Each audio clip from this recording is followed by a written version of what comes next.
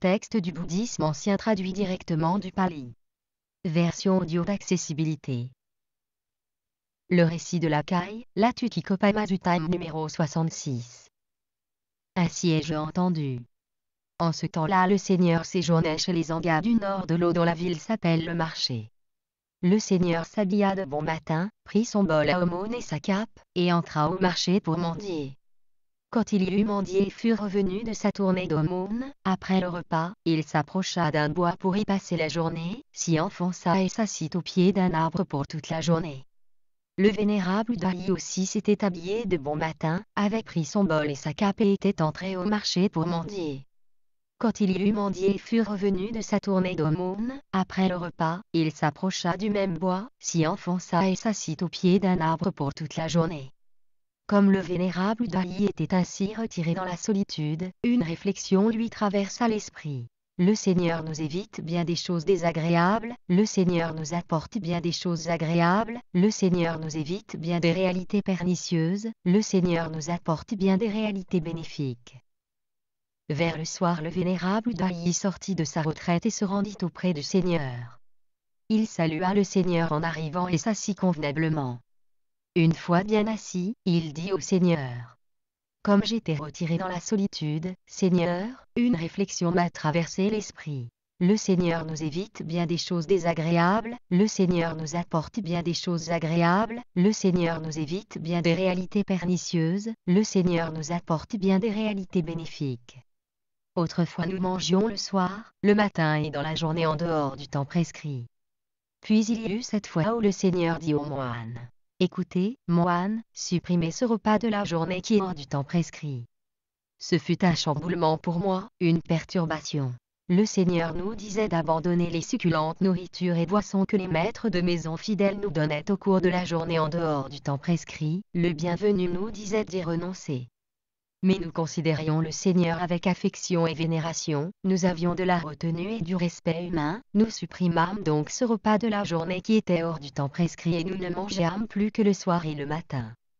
Puis il y eut cette autre fois où le Seigneur dit aux moines: écoutez, moines, supprimez ce repas du soir qui est hors du temps prescrit. Ce fut un chamboulement pour moi, une perturbation. Le Seigneur nous disait d'abandonner le meilleur de nos deux repas, le bienvenu nous disait d'y renoncer. Auparavant, Seigneur, quand un homme recevait des mets consistants au cours de la journée, il disait: mettons cela de côté pour le moment et nous mangerons tout ensemble le soir. Tout était mis ensemble le soir, bien peu dans la journée. Mais nous considérions le Seigneur avec affection et vénération, nous avions de la retenue et du respect humain, nous supprimâmes donc ce repas du soir qui était hors du temps prescrit. Auparavant, Seigneur, quand les moines mendiaient à l'aveuglette dans l'obscurité de la nuit, il leur arrivait de tomber dans une mare, de s'enfoncer dans un bourbier, de grimper sur une aide épineuse ou d'escalader une vache endormie. Ils rencontraient parfois des voleurs revenant d'un cambriolage ou y allant. Il arrivait aussi que des femmes leur fassent des propositions inconvenantes. Une nuit, Seigneur, alors que je mendiais à l'aveuglette dans l'obscurité, une femme qui lavait une écuelle me vit à la lueur d'un éclair. Elle fut effrayée et poussa un hurlement. Malheur à moi! Un démon est après moi. Je lui répondis: je ne suis pas un démon, ma sœur, mais un moine qui attend une aumône. Elle dit alors: papa du moine a mouru. Maman du moine a mouru. Mieux vaudrait pour toi, moine, avoir le bedon ouvert par un surin plutôt que mendier dans le noir pour ta panse. C'est en me rappelant ces choses, Seigneur, qu'il m'est venu. Le Seigneur nous évite bien des choses désagréables, le Seigneur nous apporte bien des choses agréables, le Seigneur nous évite bien des réalités pernicieuses, le Seigneur nous apporte bien des réalités bénéfiques. Pourtant, Udayi, il y avait des hommes d'illusion. Quand je leur dis de supprimer ce repas, ils me critiquèrent. Quelle broutille sans importance! Cet ascète est bien trop austère. Ils n'obéirent pas et nourrirent de la défiance à mon égard et à celui des moines désireux de s'entraîner. Et cette vétille fut pour eux une entrave robuste, une chaîne solide, une longe résistante, un lien imputrescible, elle fut un lourd carcan. Quand la Kayale, Udayi, est attachée par un simple lien d'herbe, elle est exposée à la destruction, à la captivité et à la mort. Dirait-on la vérité en affirmant que le petit lien d'herbe qui fait courir à la caille ce risque de destruction, de captivité et de mort est pour elle une entrave fragile, un fil cassant, un lien en décomposition, une longe inconsistante? Certainement pas, Seigneur. Car ce lien d'herbe qui fait courir à la caille a un risque de destruction, de captivité et de mort est pour elle une entrave robuste, une chaîne solide, une longe résistante, un lien imputrescible, un lourd carcan. De même, Udaï, il y avait des hommes d'illusion, et cette Véti fut pour eux une entrave robuste, une chaîne solide, une longe résistante, un lien imputrescible, un lourd carcan. Mais il y avait aussi, Udaï, des fils de bonne famille. Quand je leur dis de supprimer ce repas, ils m'approuvèrent. Il faut abandonner cette broutille sans importance, le Seigneur nous dit de l'abandonner, le bienvenu nous dit d'y renoncer. Ils l'abandonnèrent, ils ne nourrirent pas de défiance à mon égard ni à celui des moines désireux de s'entraîner. Quand ils leur abandonnaient, ils demeurèrent sans s'inquiéter, de savoir s'ils trouveraient à manger, sans craindre, de ne pas trouver, en subsistant des aumônes d'autrui, avec un cœur de gazelle. Et cette Véti ne fut pour eux qu'une entrave fragile, un fil cassant, un lien en décomposition, une longe inconsistante. Imagine, Udaï, qu'un grand éléphant royal aux défenses longues comme des timons, bien né, familier des champs de bataille, se retrouve entravé par de solides courroies de cuir. En tournant le corps, ne serait-ce qu'un peu, en déchirant ses liens, en les lacérant, il pourrait s'en délivrer comme il le voudrait. Dirait-on la vérité en affirmant que ces solides courroies de cuir sont des entraves robustes, des chaînes solides, des longes résistantes ou des liens imputrescibles pour cet éléphant royal? Certainement pas, Seigneur. Car ces solides courroies de cuir sont pour cet éléphant royal, des liens fragiles. De même, Udaï, il y avait des fils de bonne famille, ils demeurèrent sans s'inquiéter, sans craindre, en subsistant des aumônes d'autrui, avec un cœur de gazelle, et cette Véti ne fut pour eux qu'un lien fragile. Imagine maintenant, Udaï, qu'un pauvre homme sans fortune ni bien personnel s'abrite dans une hutte bancale, croulante, en ruine, ouverte aux corbeaux et disgracieuse, sur un seul grabat affaissé, défoncé et informe, avec une réserve de mauvais grains dans une seule jarre, et une femme difforme. Il voit dans un parc d'agrément un moine qui s'est lavé les mains et les pieds, qui a mangé un agréable repas et s'est assis dans une ombre fraîche pour se consacrer aux états d'être supérieur. Il pense. La condition d'ascète est bien agréable, elle est saine. Je devrais me faire raser les cheveux et la barbe, revêtir les robes safran et passer du foyer au sans-foyer. Mais il est incapable d'abandonner sa hutte bancale, croulante, en ruine, ouverte aux corbeaux et disgracieuse, son grabat affaissé, défoncé et informe, sa réserve de mauvais grains dans une seule jarre et sa femme difforme. Dirait-on la vérité en affirmant que les attaches de cet homme incapable d'abandonner sa hutte et le reste sont pour lui des entraves fragiles, des fils cassants, des liens en décomposition, des longes inconsistantes? Certainement pas, Seigneur. Car elles sont pour lui des entraves solides, des chaînes robustes, des longes résistantes, des liens imputrescibles. De même, Udaï, il y avait des hommes d'illusion, et cette Véti fut pour eux une entrave robuste, une chaîne solide, une longe résistante, un lien imputrescible, un lourd carcan. Imagine encore, Udaï, un maître de maison ou un fils de maison, riche, avec une grande fortune et de grands biens. Il a amassé beaucoup de bijoux en or, une grande quantité de grains, acquis une vaste étendue de champs et une grande superficie de terre, il a de nombreuses femmes, beaucoup de serviteurs et de servantes. Il voit dans un parc d'agrément un moine qui s'est lavé les mains et les pieds, qui a mangé un agréable repas et s'est assis dans une ombre fraîche pour se consacrer aux états d'être supérieur. Il pense. La condition d'ascète est agréable, elle est saine. Je devrais me faire raser les cheveux et la barbe, revêtir les robes safran et passer du foyer au sans-foyer. Et il se révèle capable d'abandonner ses bijoux, ses grains, ses champs, ses terres, ses femmes, ses serviteurs et ses servantes. Dirait-on la vérité en affirmant que les attaches de ce maître de maison ou de ce fils de maison capable d'abandonner tout cela sont pour lui des entraves robustes, des chaînes solides, des longes résistantes ou des liens imputrescibles?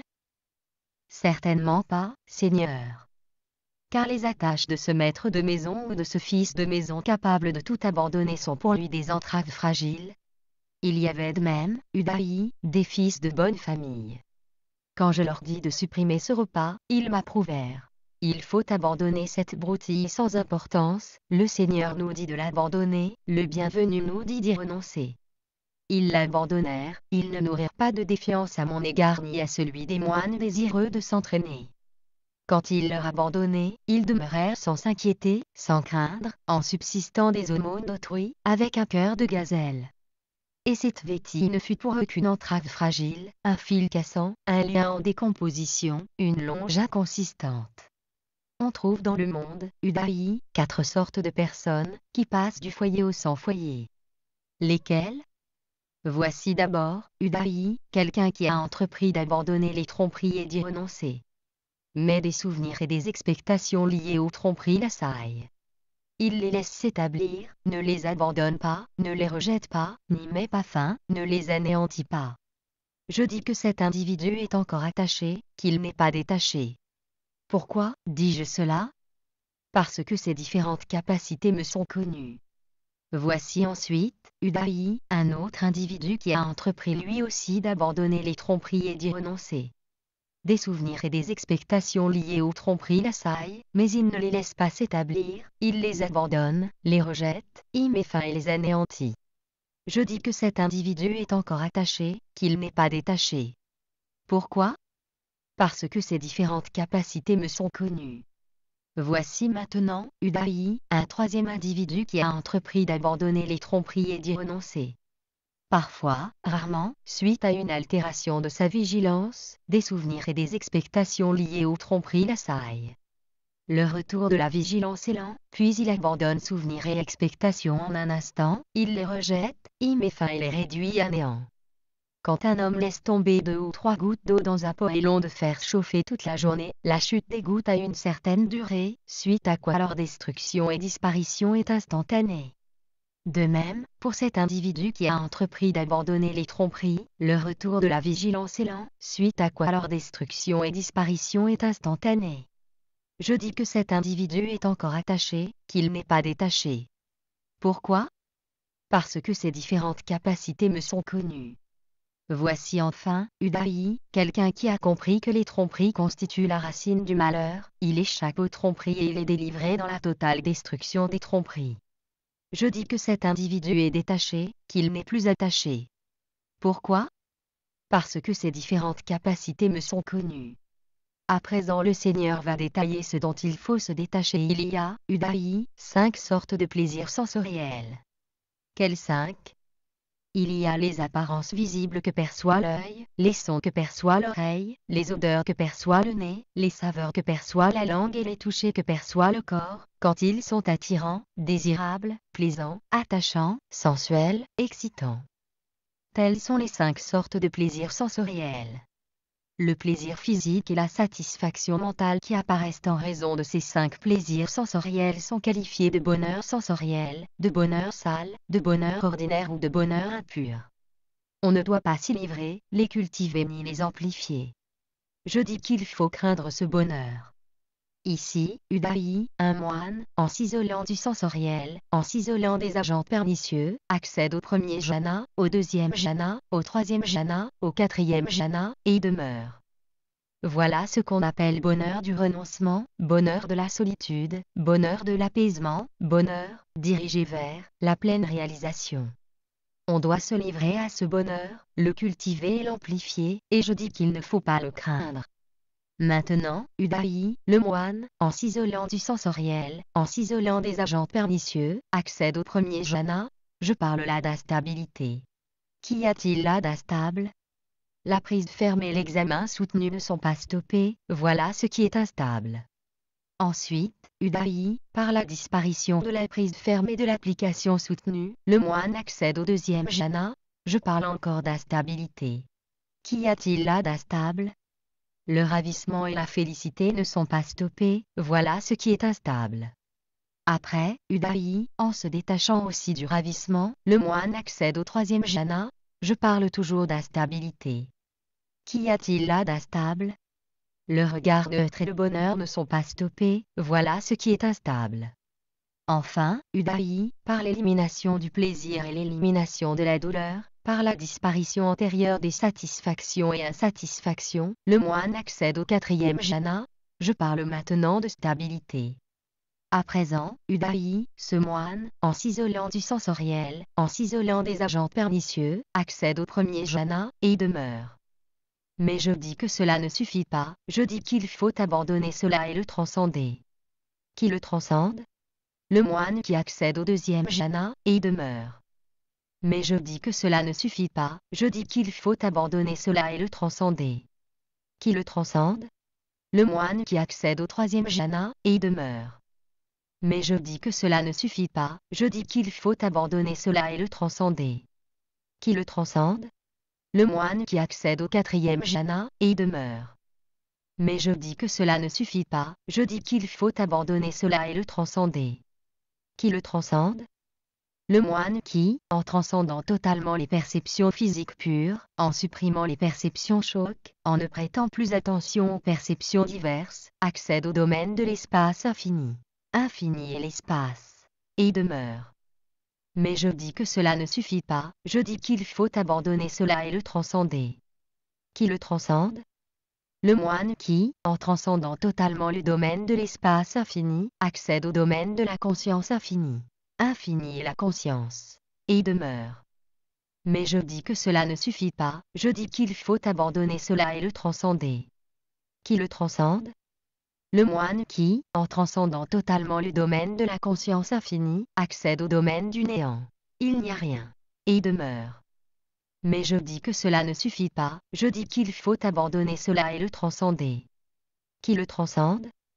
Le moine qui, en transcendant totalement le domaine du néant, accède au domaine sans perception ni absence de perception et y demeure. Mais je dis que cela ne suffit pas, je dis qu'il faut abandonner cela et le transcender. Qui le transcende?